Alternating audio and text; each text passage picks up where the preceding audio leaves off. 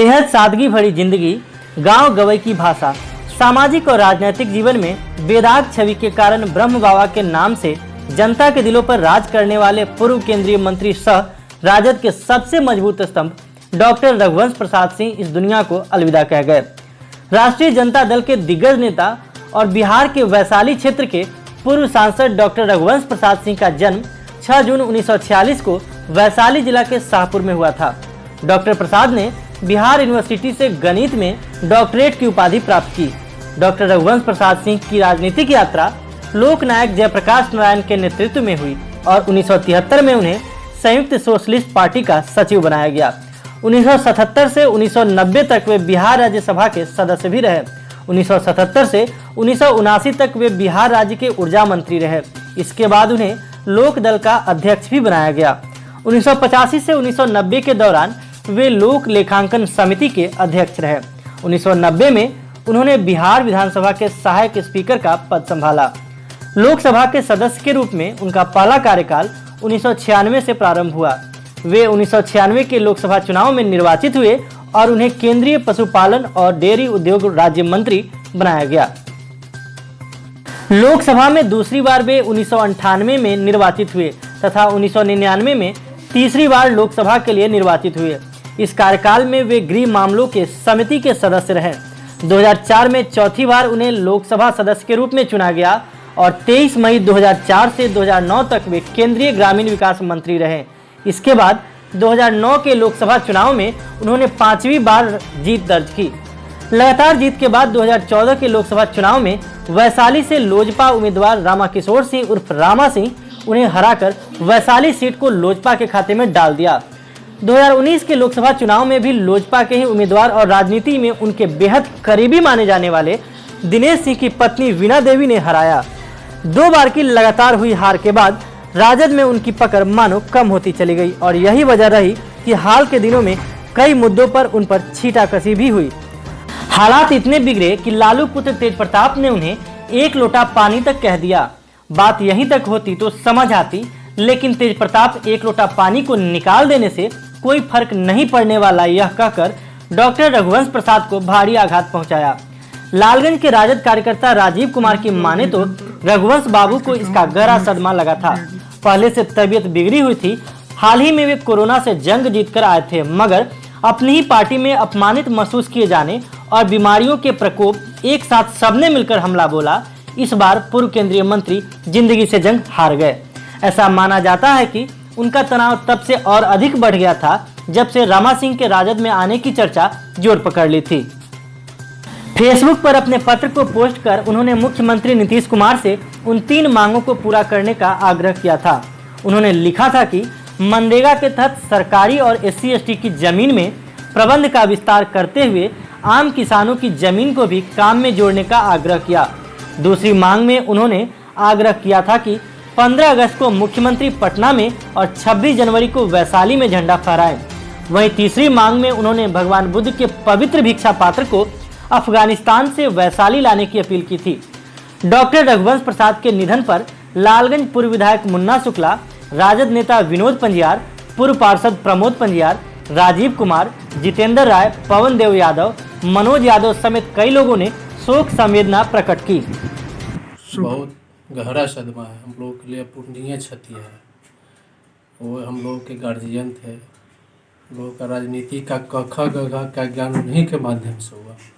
1995 से हम लोग उनसे जुड़े हुए हैं। खास करके हमको तो व्यक्तिगत क्षति हुआ है जो कभी भी पूरा नहीं होगा। तो हम लोगों के गार्जियन थे।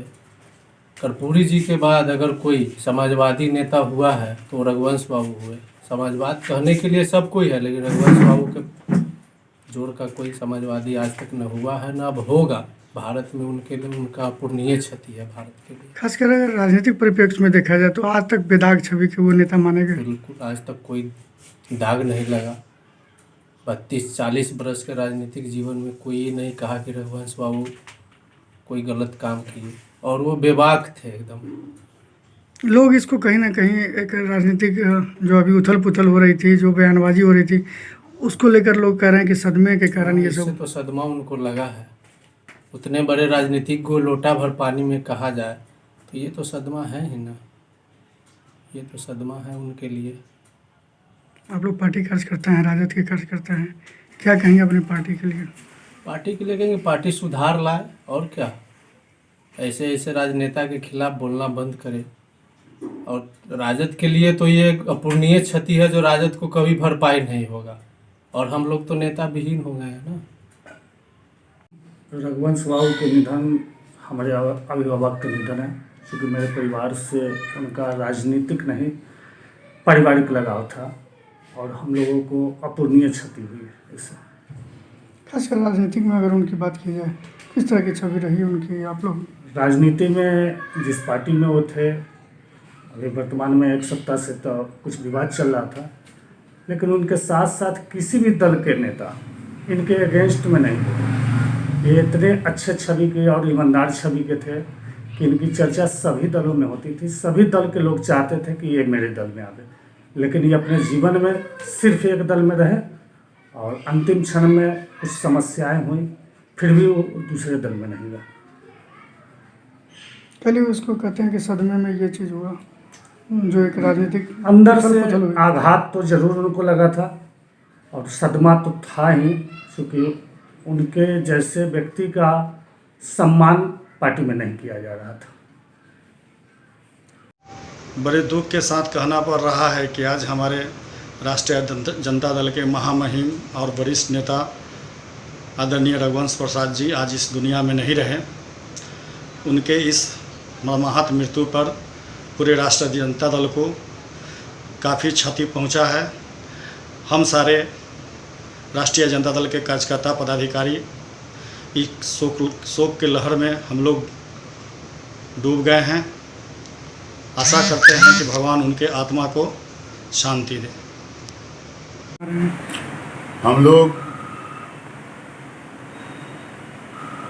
पूर्व मंत्री श्री रघुवंश बाबू के मरणोपरांत लालगंज की तरफ से, वैशाली की तरफ से अपने लोगों के साथ शोक सभा, मातम पुष्टि और उनके परिवार को हिम्मत रखने के लिए शोक सभा का आयोजित किए हैं। उनका वैशाली में, उत्तर बिहार में बहुत बड़ा योगदान रहा है हम लोगों के बीच, हम लोगों के विकास के लिए, और पूरे भारतवर्ष में उनकी दी हुई योजना, क्या गरीबों के लिए मनरेगा जो था, इसके लिए आज जो हम लोगों ने उनको खोया है, ये अभूतपूर्व